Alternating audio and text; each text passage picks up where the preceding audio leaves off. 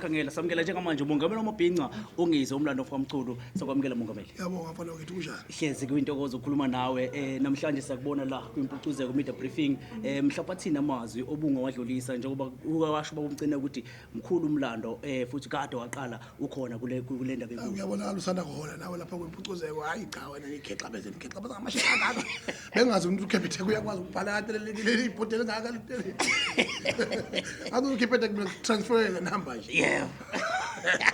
Hayi cha wasebenzile sebabonga Mongameli. Kwingoma kwazolonke ukuthi nani bathu banikhumbule njengamaciko kanye njengabantu abayiproduction nabasebona sebonga kakhulu lokho mfethu. Ngithi ke njengamanje into ebaluleke kakhulu umntaka baba ukuthi abantu abathenga amathikithi baphelele nabo ngomhla ka12 bazobona into yamehlo. Okwesibili futhi baqinisekise ukuthi bafika ngesikhathi yonke into yenza ngesikhathi ngoba sengamabhinqa siyaphambili siyakhula 10 years eMpucuzeko ikhona sayasabalaza kanzima kakhulu ukuthi sifukule amabhinqa ebekuleli izinga kulona njengamanje.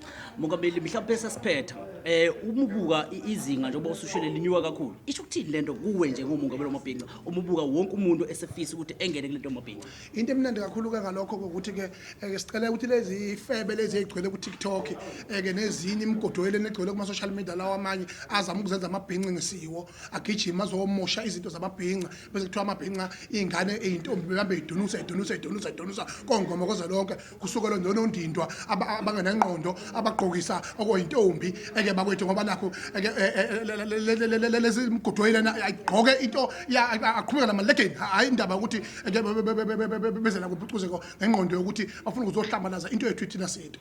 Umuntu mayesehlulwe impilo akahlulwe impilo amele abe isihlolele kude angahambe ezokhuthulela igaba lamabhinqa phansi. Yanginyanyisa kabi lento kuthiwa khona intombi abeyidunusa lapha. Intombi ziyajabula zibe nendlela eright yokujabula ezihamba nonina bazo abayilawulayo okuyibona omama bahlola izintombi. Akungahlanjana igaba lentombi negama lona ndindwa ababegcwelele lapha na bezokhara amadoda sisi man. Mongameli sesavala mhlawumbe ngomhla ka12 ukugcizelela ukuthi noma kanjani noma iphi indlela uzobukhona futhi uyobukhona stage. Uzobe khona umongameli ezobingelela abantu bakhe ngisaliphatha uhlelo lokhathiti. Mina ngizofika ngizobingelela nje njengomongameli ngidumezele ukuthi izinto ukuthi ziyaphambili bakwethu ubhinqa bethu bukhulile kodwa osomathuba phansi ngosomathuba ngoba thina siyaphambili njengamabhinqa futhi sizoyiphathela lelizwe lethu lapho khona namageba enkashana kamezi aphutha umlaza kabeva. Awu sebonga kakhulu macingana Ungizwe umlando kwamchini besikhuluma naye la umongameli wamabhinqa njengoba seshilo ukuthi ngomhla ka12 noma kanjani zobe ibuya zobe ikhala sithokoze kakhulu enhlanga sezandla salute.